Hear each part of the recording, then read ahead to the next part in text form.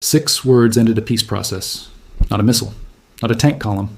6 words spoken quietly in a negotiating room, then repeated to state media as if daring the world to notice.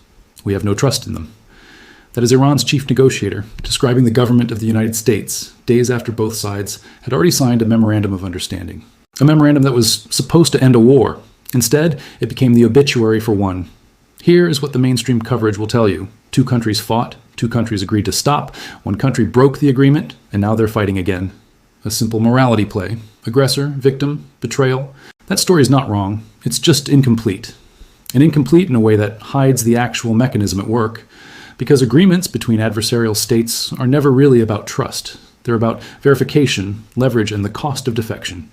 And when a diplomat stands in front of cameras and says the words, "no trust," he is not describing an emotion.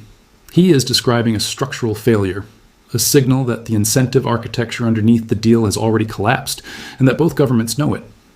The real question the headlines are skipping is this: why would Iran's government say this out loud in public when silence would have preserved more negotiating room? What does a state gain by publicly declaring a diplomatic framework dead?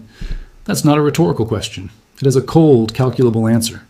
And by the end of this, you'll understand why no trust wasn't a slip of the tongue. It was a message sent on purpose to 3 different audiences at once. To understand why a 6-word quote can end a ceasefire, you have to stop thinking about this as a bilateral dispute and start thinking about it as a system under load. First, the memorandum was never a peace treaty. It was a liquidity mechanism. When Washington and Tehran signed their memorandum of understanding, the language was carefully vague. Ending the current conflict, reopening the Strait of Hormuz, preventing Iran from obtaining a nuclear weapon. 3 objectives, 0 enforcement mechanism. That is not sloppy drafting. That is the signature of an agreement designed to buy time rather than resolve anything. Both governments needed a pause, Washington to stabilize oil markets and reassure Gulf allies before a NATO summit, Tehran to bury a supreme leader and manage a leadership transition without simultaneously fighting a 2-front war. The MOU wasn't trust. It was mutual exhaustion, dressed up as diplomacy. This is a pattern as old as great power conflict itself. Historians studying the run-up to major wars have long noted what's sometimes called the Thucydides trap, the structural tendency for conflict to become nearly unavoidable when a rising or resurgent power and an established power both perceive the other's restraint as temporary and self-interested rather than genuine.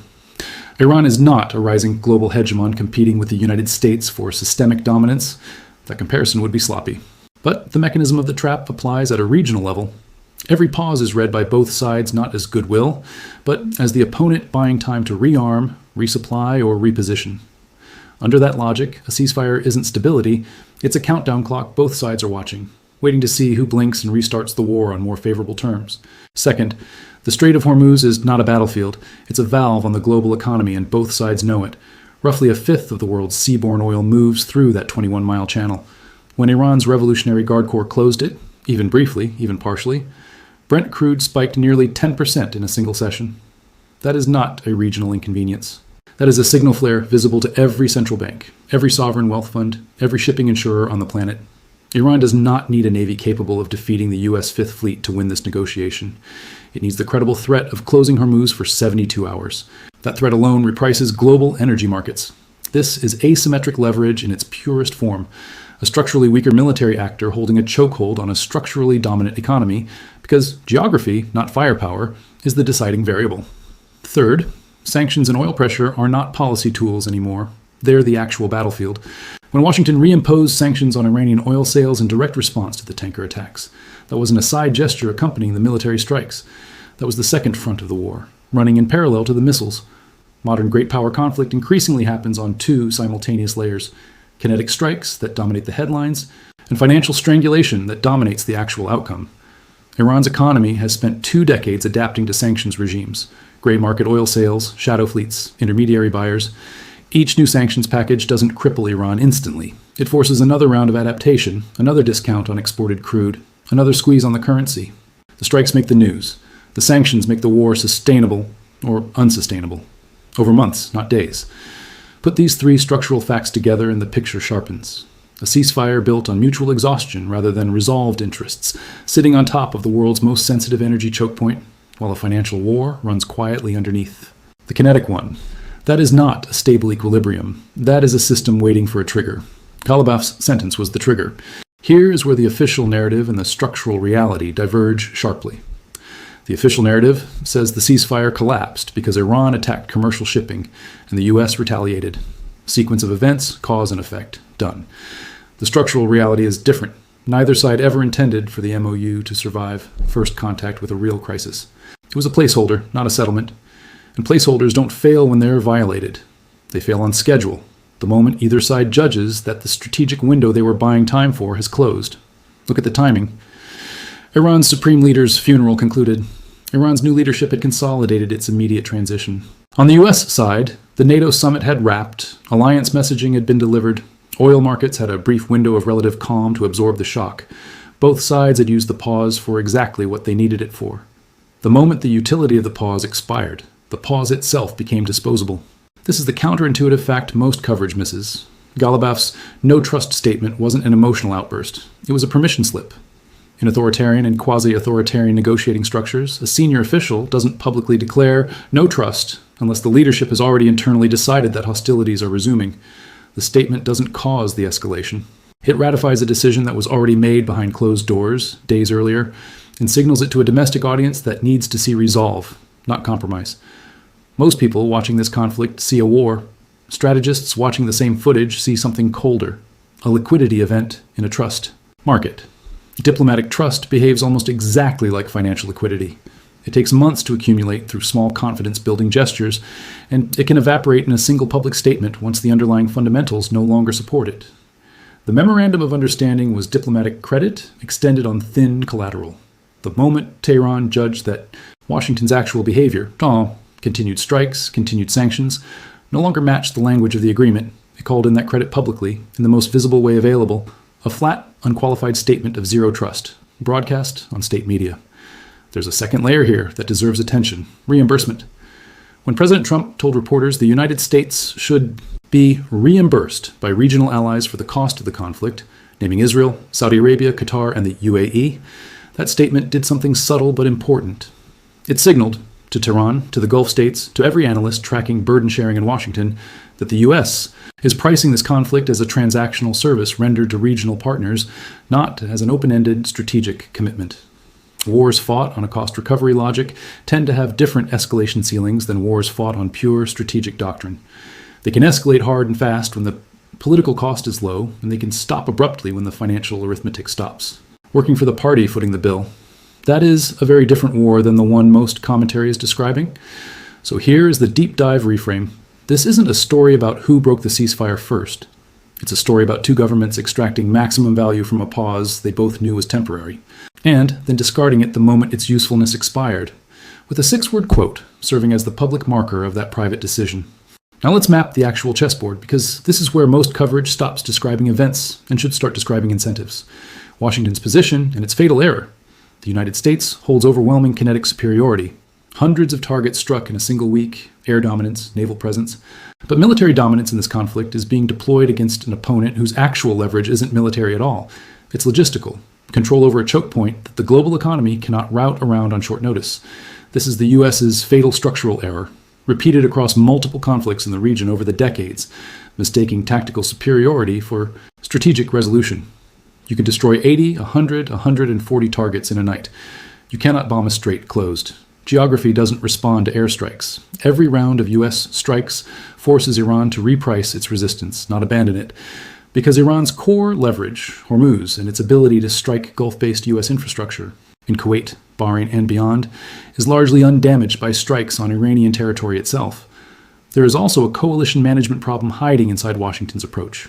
Publicly discussing reimbursement from Gulf allies for war costs is a move that makes sense in a domestic political ledger.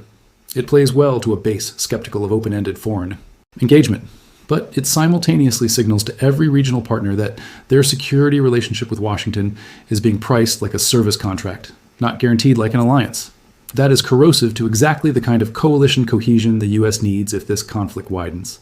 Fatal errors in great power conflict rarely look like battlefield mistakes. They look like accurate short-term political calculations that quietly poison long-term strategic capital. Tehran's position and its fatal error, Iran's leverage, Hormuz, asymmetric strikes on regional U.S. infrastructure, the credible threat of dragging Gulf oil producers into the blast radius, is real and has already moved. Global oil prices nearly 10% in a day. That is significant power for a state operating under crushing sanctions. But Iran's structural vulnerability is the mirror image of America's sustained economic pressure. A shadow fleet and gray market oil sales can absorb sanctions pressure for a long time, not indefinitely. Each escalation cycle, sanctions, strikes, closure, reopening, burns through reserves, discounts export revenue further, and deepens currency instability. Iran's fatal error is structurally similar to Washington's, mistaking tactical leverage, a choke point, a strike capability, for a sustainable long-term negotiating position, when the actual constraint, economic endurance, degrades with every additional month of conflict, regardless of who wins any individual round of strikes. There's an additional layer worth naming coldly. Satellite imagery reportedly showing renewed activity at Iranian nuclear-adjacent sites, reconstruction work at facilities previously struck, movement at suspected underground locations, changes the strategic calculus for every outside observer, including Washington and Israel. If reconstruction is genuinely underway rather than incidental, it removes the option of treating this as a contained transactional conflict with a defined endpoint. It reframes the entire war around a much less negotiable variable, nuclear latency. And unlike oil prices or sanctions relief, nuclear capability is not something either side can simply reprice through further rounds of strikes and countersanctions. It's binary. It either exists or it doesn't. That single variable has the power to override every other strategic calculation on this board. The counter-move dynamic. What we're watching now is not escalation toward a decisive battlefield outcome. Neither side is structurally positioned to achieve one quickly. What we're watching is a repricing war, each side using strikes, closures, and statements like Ghalibaf's not to win outright, but to reset the other side's cost-benefit calculation before the next negotiating round. Washington strikes to demonstrate that continued Iranian resistance carries an unbearable rising cost. Tehran closes Hormuz and hits regional bases to demonstrate that continued U.S. pressure carries a global economic cost. Washington's own allies won't tolerate indefinitely.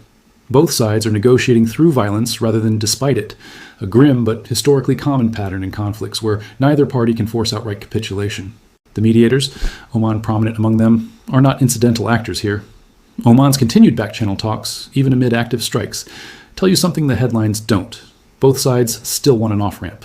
Nobody walks away from mediated talks entirely if they've already decided on total war. What Ghalibaf's statement really signals is not the end of diplomacy.